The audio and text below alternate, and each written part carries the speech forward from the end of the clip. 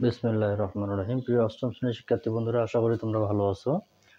তোমাদের জন্য আজকে একটি অঙ্ক নিয়ে হাজির হয়েছি। এটা হচ্ছে পর্ব 9। যেহেতু প্রত্যেকটা অঙ্ক আমাদের পর্ব অনুসারে সাজানো হয়, তো এখানে 1 নম্বরের যে অঙ্কটা আছে, অঙ্কটা আসলে খুবই ইম্পর্ট্যান্ট একটি অঙ্ক।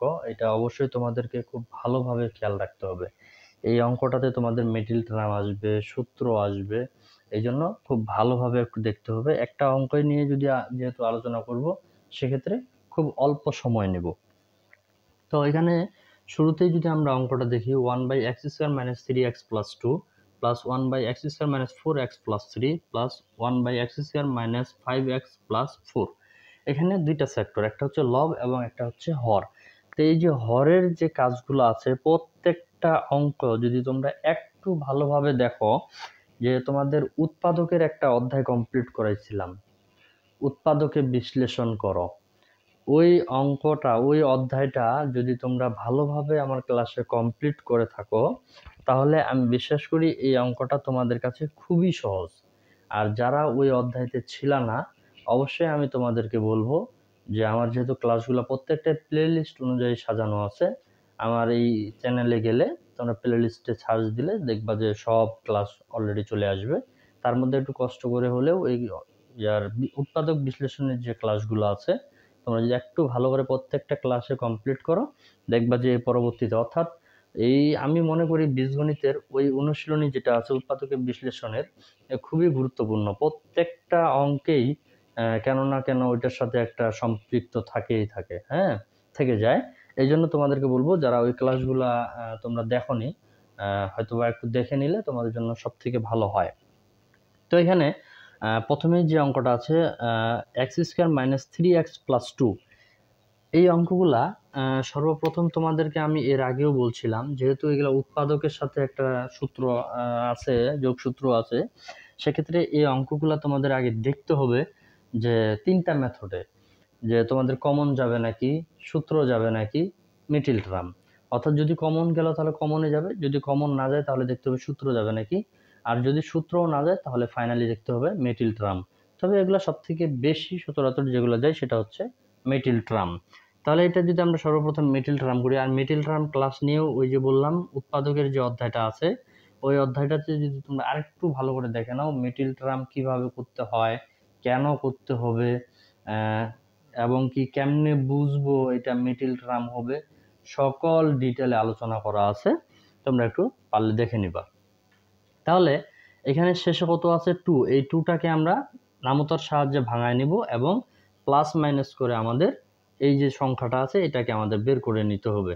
তাহলে x² - 2x - x প্লাস 2, অর্থাৎ 2টাকে আমরা মিডল টার্ম করলাম, 2 এখানে, অর্থাৎ x² এটাও থাকে যাবে, 2 এটাও থাকে যাবে। এই যে 3x আছে এটাকে এইটার মাধ্যমে ভাঙায় নিতে হবে।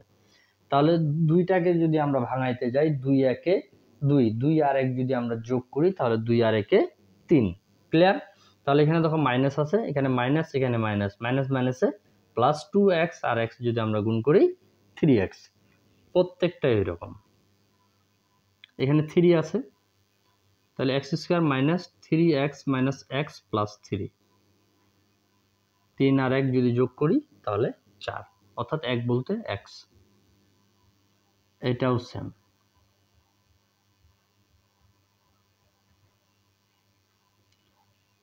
ক্লিয়ার? এরপরের যে কাজটা, অর্থাৎ তিনটা রাশি যদিও একটা যদি বুঝতে পারো, বাকিগুলো সহজ হয়ে যাবে। ওই জন্য আমি একটাই ভালো করে বোঝানোর চেষ্টা করতেছি, বাকিগুলো যেন তোমরা নিজেরাই করতে পারো। তাহলে এখানে এখন মিডল টার্ম করার পরে যে কাজটা, এই দুইটা, এখানকার দুইটা, এই দুইটা করে আমরা কি করব, কমন নিব।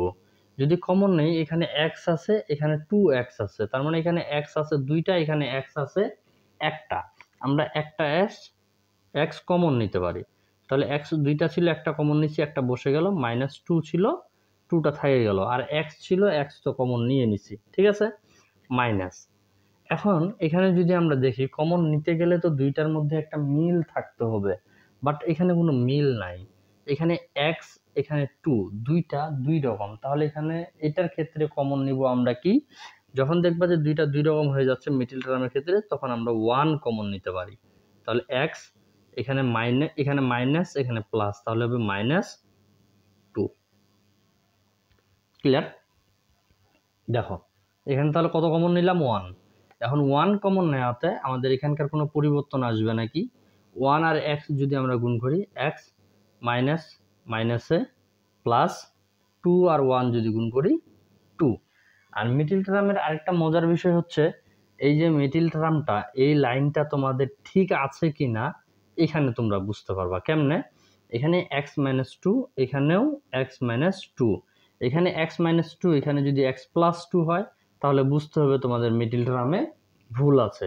এই দুইটাই হুবাহুব একই হইতে হবে, তাহলে মিডল টার্ম তোমাদের ঠিক আছে। প্রত্যেকটাই এরকম।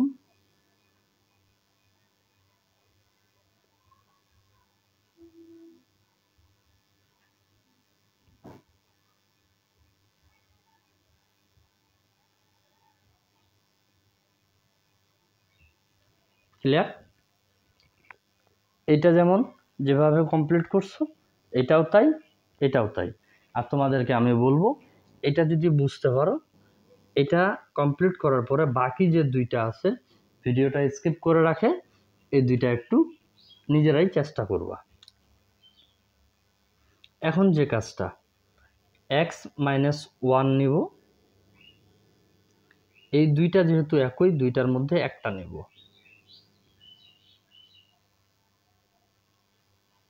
x-1 নিব, দুইটার মধ্যে একটা নেব। এটার ক্ষেত্রেও তাই।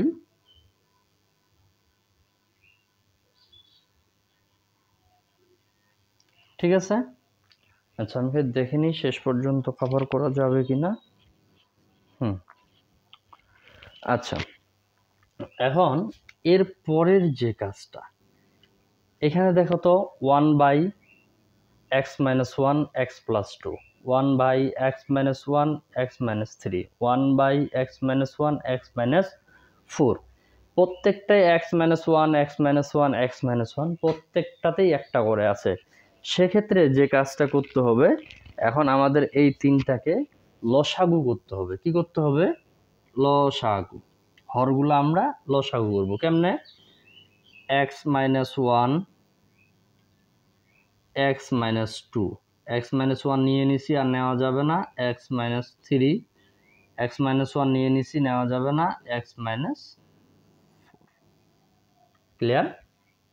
আচ্ছা, এখানে এখন যদি তোমরা দেখো, এখানে কি আছে? x-1 x-1 মিলে গেছে, বাদ।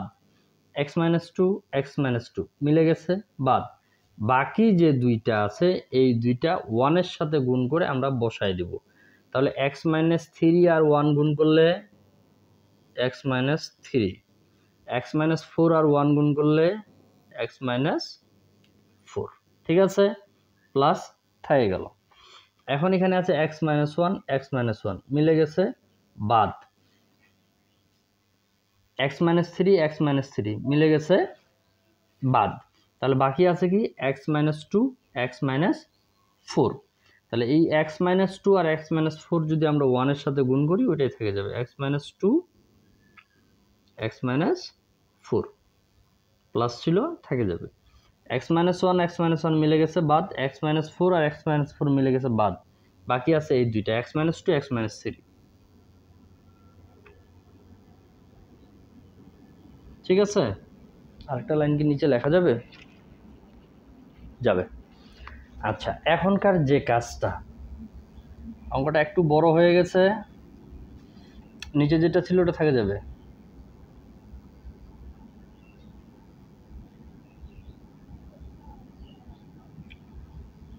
এই যে দুইটা করে প্রত্যেকটাতে আছে, এই দুইটা করে এখন আমরা কি করব? গুণ করব। কেমনে গুণ করব আমি একটা বুঝাই দিব, বাকিগুলা তোমাদেরকে নিজেরাই করতে হবে। একটা এখন কেমনে বুঝাবো? এই যে এখানে আছে x-3 x-4, এই দুইটা খালি শুধু আমি বুঝাই দিচ্ছি। তাহলে দেখো, প্রথমে এই এক্সটা দিয়ে এই দুইটাকে গুণ করতে হবে, দেন এই 3টাকে দিয়ে আবার এই দুইটার সাথে গুণ করতে হবে। কেমনে গুণ করব? এক্স আর এক্স যদি গুণ করি তাহলে হচ্ছে এক্স স্কোয়ার, এক্স আর 4 যদি আমরা গুণ করি, যেহেতু এখানে মাইনাস আছে তাহলে হচ্ছে 4x। এক্স কাজ, এক্সের কাজ কিন্তু আমাদের শেষ। এবার এখানে কি আছে, মাইনাস, মাইনাস বসাই দিলাম। 3 আর এক্স গুণ করলে 3x, মাইনাস মাইনাসে প্লাস, 3 আর 4 গুণ করলে 12। বোঝা গেছে? অর্থাৎ এই এক্সটাকে দিয়ে প্রথমে এই দুইটাকে গুণ করব, এই 3টাকে দিয়ে আবার এই দুইটাকে গুণ করব। এর মাঝখানে যেটা জরুরি সেটা হচ্ছে অবশ্যই প্লাস মাইনাসগুলা ঠিক রাখা। এদিকে আর বুঝাচ্ছি না, এটুকু আমি এখন নিজে কমপ্লিট করতেছি, কারণ সবগুলাই একই।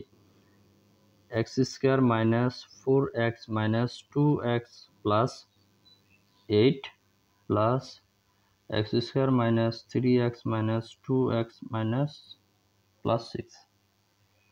ক্লিয়ার? আচ্ছা, যেহেতু আর বোর্ডে জায়গা হচ্ছে না, আমি উপরের লাইনটা মিশাই দিই।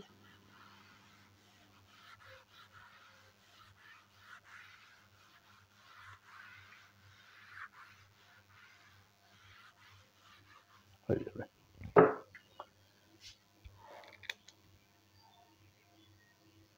নিচে যেটা ছিল ওইটা আমরা এখানে রাখিয়ে দেব। x minus 1, x minus 2, x minus 3, x minus 4। ঠিক আছে? এখন এই যে হিসাবগুলো করছি এগুলো এখন আমরা সবগুলাই যোগ বিয়োগ করব। তাহলে প্রথমে দেখো তো কি আছে, এক্স স্কোয়ার, এখানে আছে প্লাস এক্স স্কোয়ার, আর কোথাও এক্স স্কোয়ার আছে নাকি? এইখানে আছে প্লাস এক্স স্কোয়ার, আর কোথাও এখানে আছে প্লাস এক্স স্কোয়ার, আর কোথাও নাই।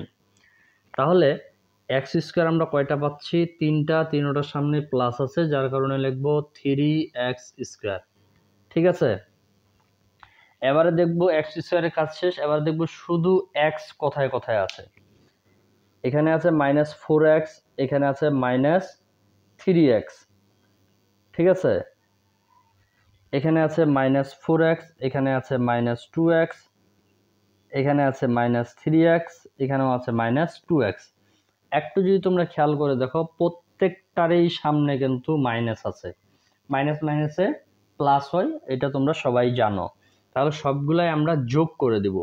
4 আর 3 7, 7 4 11, আর 2 13, 13 আর 3 16, আর 2 18।